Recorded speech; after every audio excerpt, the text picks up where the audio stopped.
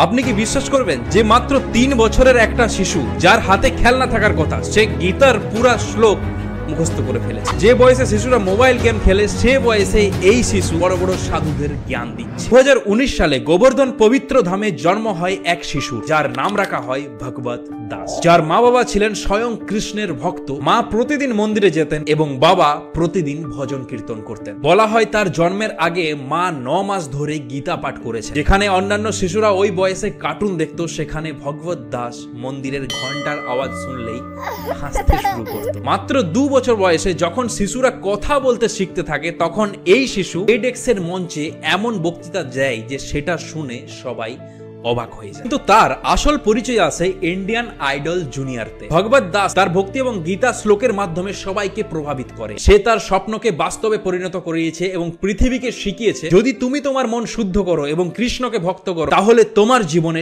সবকিছু করা সম্ভব। যদি এই গল্পটি আপনাকে অনুপ্রেরণা দেয় তাহলে ভিডিওটি লাইক করুন, আপনার বন্ধুদের সাথে শেয়ার করুন, আপনার মন্তব্য কমেন্টে দিন। আর এরকম সুন্দর সুন্দর বাংলা ভাষায় আসল গল্প শোনার জন্য চ্যানেলটিকে সাবস্ক্রাইব করুন।